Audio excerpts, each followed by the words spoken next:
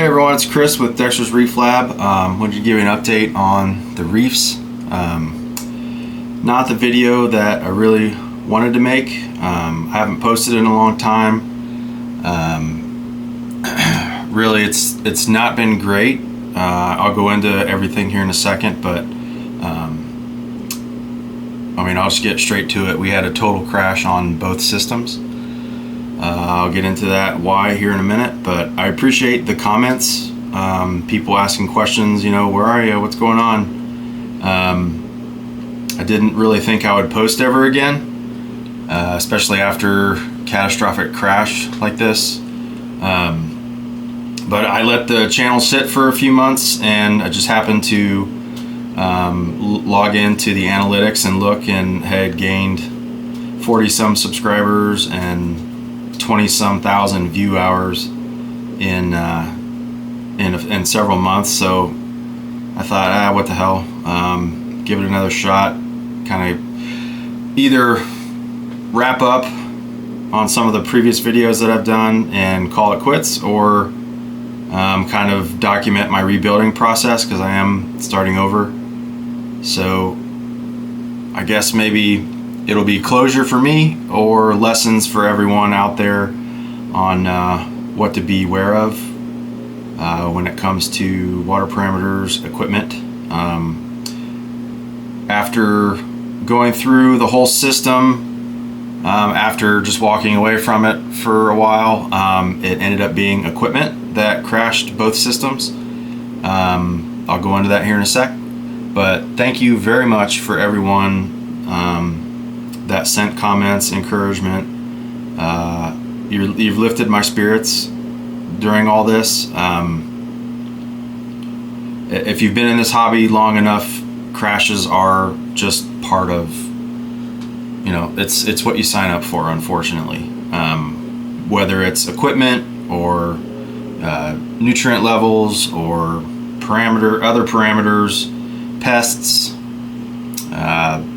it's just something you're going to have to face eventually, and it either makes you or breaks you. And this really nearly broke me for several reasons, but I'm not one to give up. You can ask my wife, I'm stubborn as hell. But so I'm going to take the camera off the tripod here and kind of go first person view and kind of talk through what happened, and show you, kind of show you what happened. There's not going to be a lot of production on this. I'm just getting back into it. I just wanted to get a video up so everyone can kind of get an idea of what's been going on and why I've not been uploading videos in the past few months. So, well, actually, all right, before I go into first person mode, I'll get right into the equipment that caused the crash, okay? So this is a known issue with this manufacturer. I won't say any names, but as soon as I lift this piece up, you're gonna know exactly who this is, okay? I will use the model name, but so on the Peninsula, on the back on either side of the overflow over there, I run MP40s. All right, I've run them for a long time. I'm pretty good about maintenance. I have extra wet sides that I swap in and out when I do water changes and things like that. But where I failed to inspect were the magnets. I know, right? Everybody's like, oh shit, yeah, I know what you're talking about. So, and even on the Frag tank, I run MP10s on either side, and the wet sides look like this, okay? So there is a magnet in here that is rotated by the magnet on the dry side, on the outside, and that spins the propeller that's on the inside. All right, so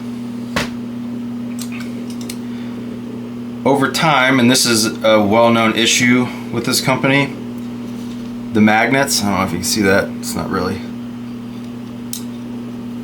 the magnets will split and leach heavy metals into the water column.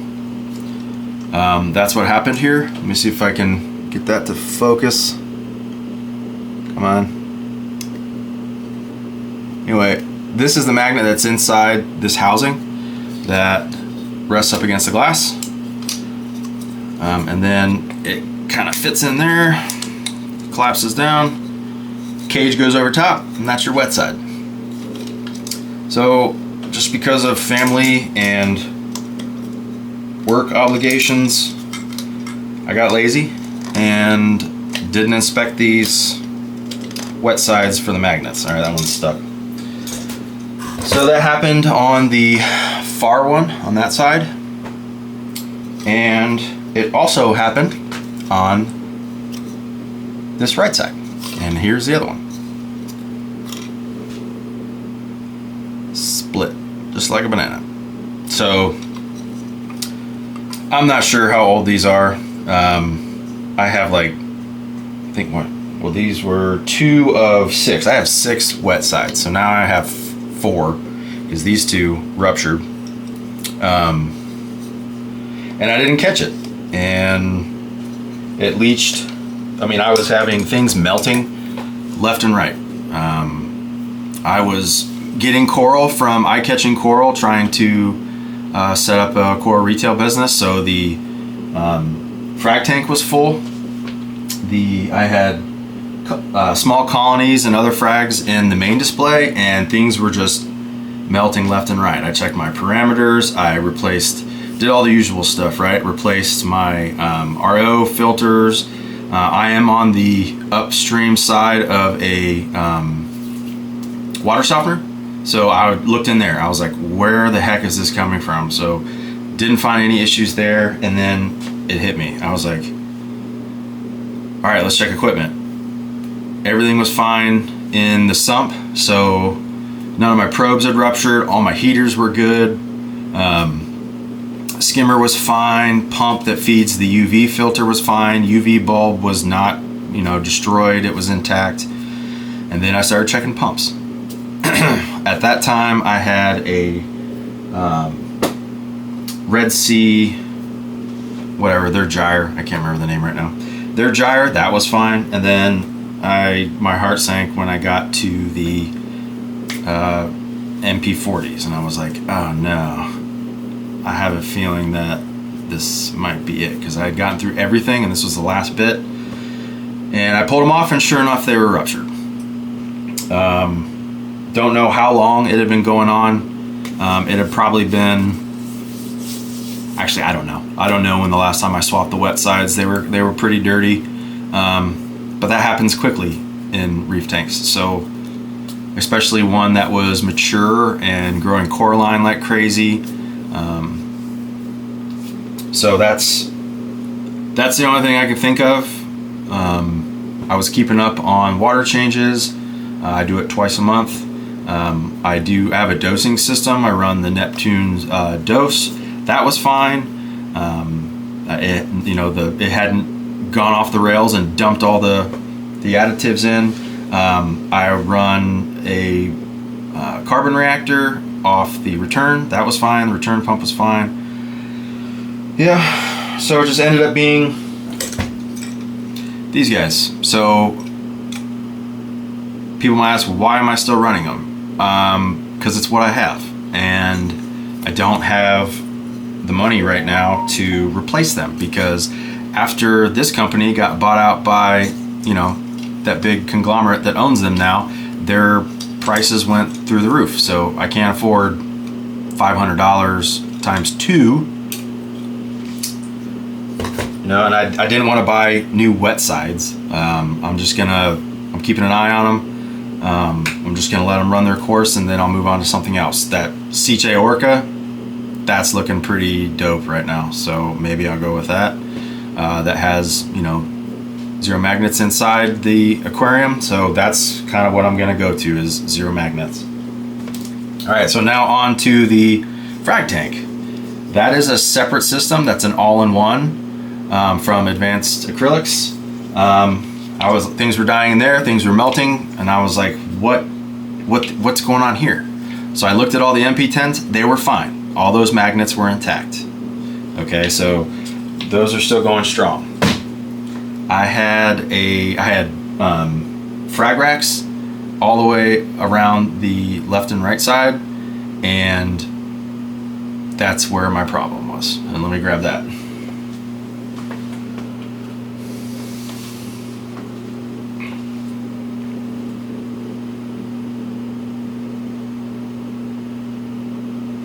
So, I don't know if you can see that or not. That is the magnets completely rupturing from their casings. They were just, so I got this was 3D printed at a Frag show I was at, or Frag Swap, sorry. There was a guy there 3D printing frag racks for everybody, you know, to order. So got there, ordered like 4 or 5 of these. I mean, this was years ago, okay? This was back when I had my old systems at my old house, so we're talking, you know, probably what, 5-6 years ago.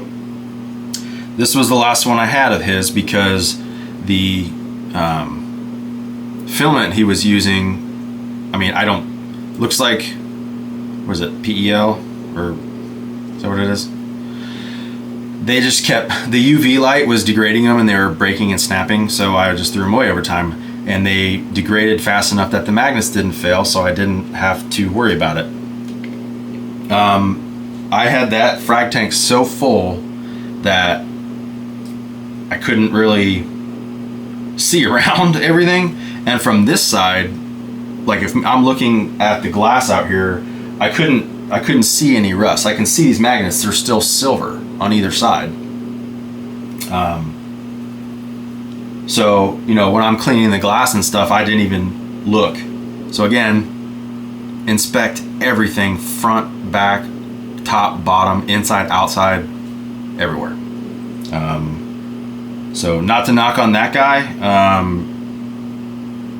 you know, he used cheap magnets. I mean, back then, the 3D printers you can put magnets now, like while you're printing things, you can have, you know, once you get to this layer, you can halt printing, put your magnet in, and then it will print over it and around it to fully encapsulate it in the filament, to hopefully avoid this.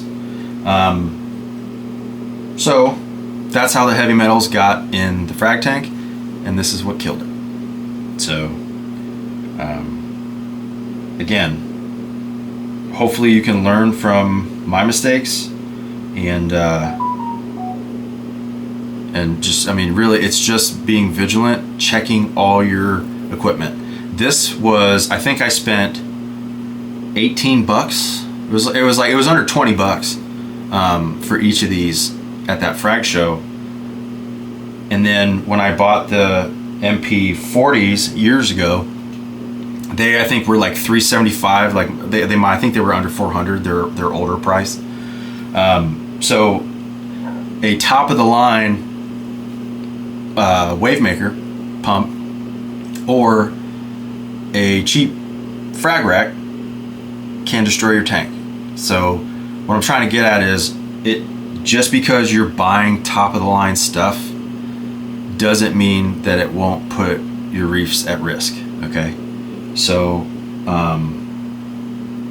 it's just a lesson in vigilance.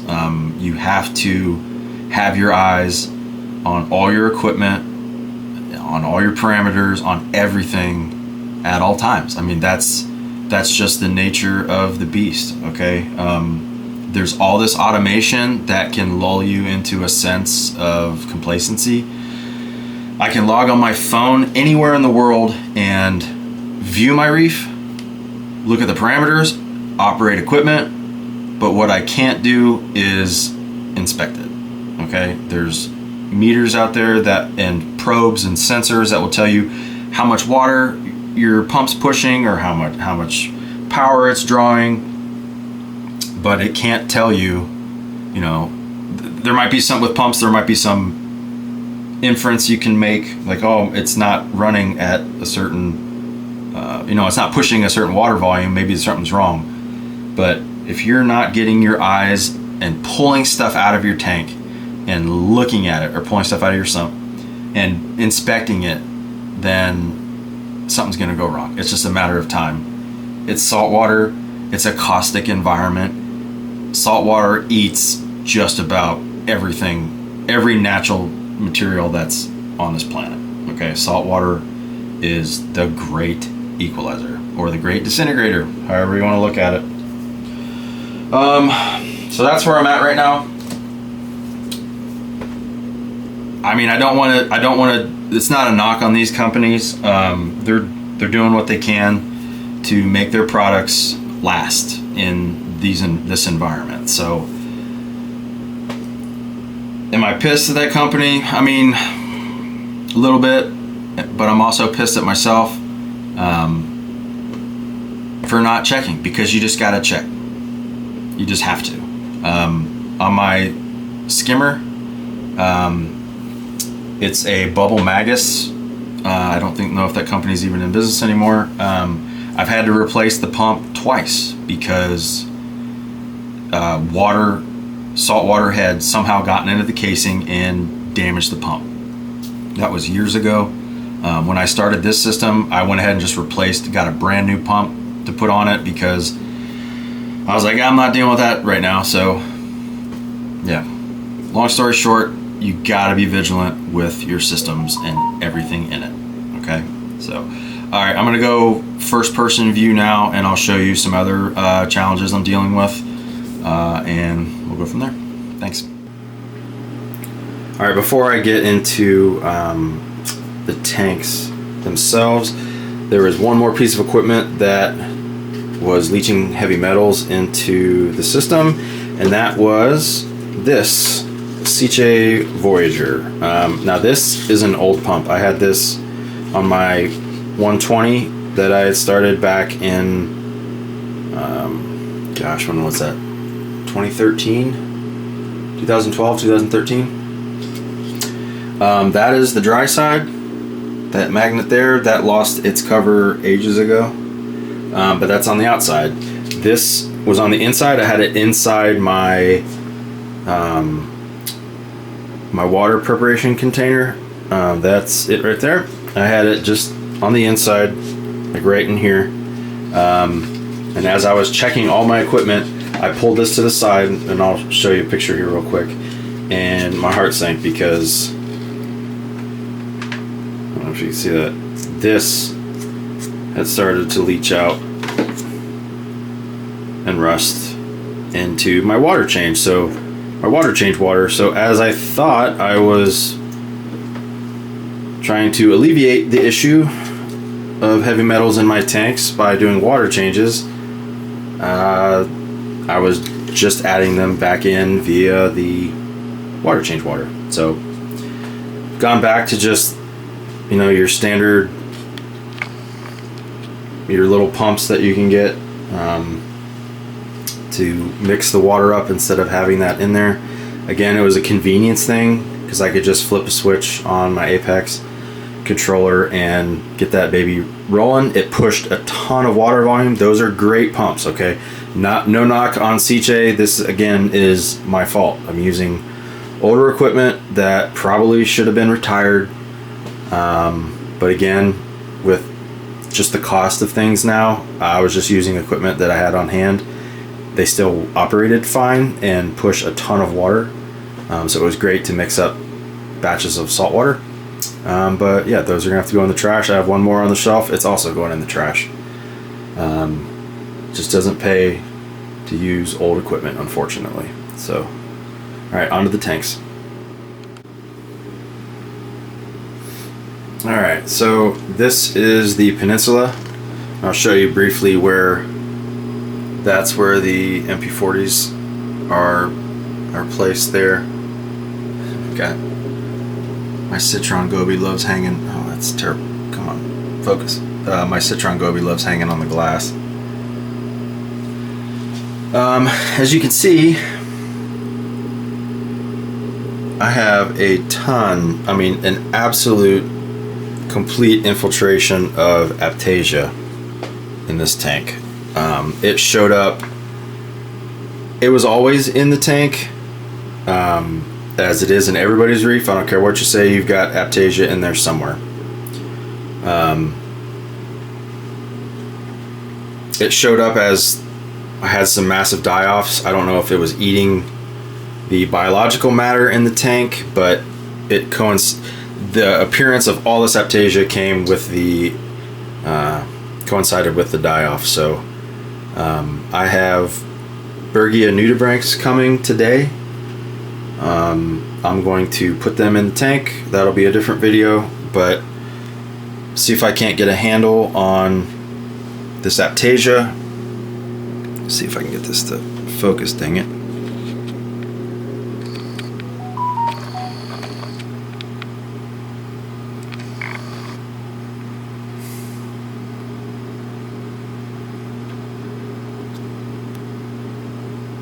There.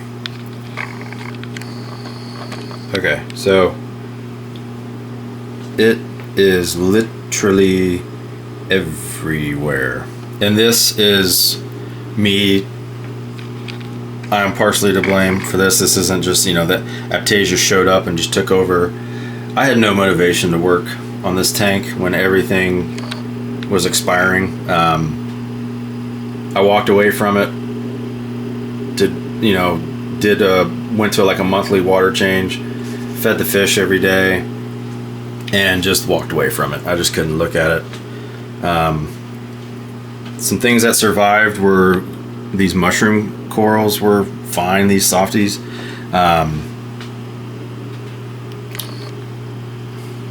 These leathers were fine.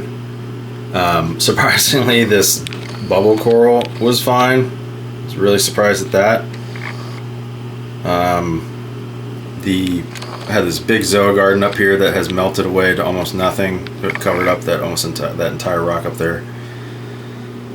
And this one Acanthophilia. Let's see if I can get that to focus, dang it. I mean, it just seemed to be bulletproof. Nothing has bothered that Acanthophilia at all. My one clown that I have left hosts it. So I don't know what happened to my other clown. The male just disappeared one day. I'm not sure. He was fine one day and then gone the next. So I am not sure what happened to him. I also lost two of my firefish pair. I had the mesh cover off the top and was doing some maintenance when I decided to get this thing back going, and they both decided to carpet surf. I walked away from the tank to go run an errand and stupidly did not put the cover back on, and came back and they were both on the carpet on the other side of the wall. So one thing after another. Again, partially from my stupidity and laziness. But another surprising tank inhabitant that has survived has been my skunk cleaner shrimp. He's right there. Dang it. Sorry, I can't get this dang thing to focus. Get up closer. He's right there. In the past, when I've had tank issues, my shrimps and my hermit crabs and snails are usually the first to go. I have huge turbos in here that are still going strong. Most of the hermits are gone.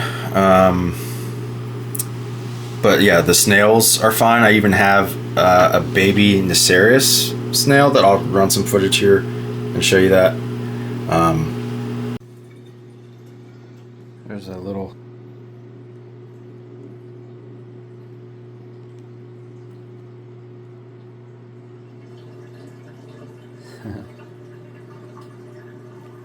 repeat them.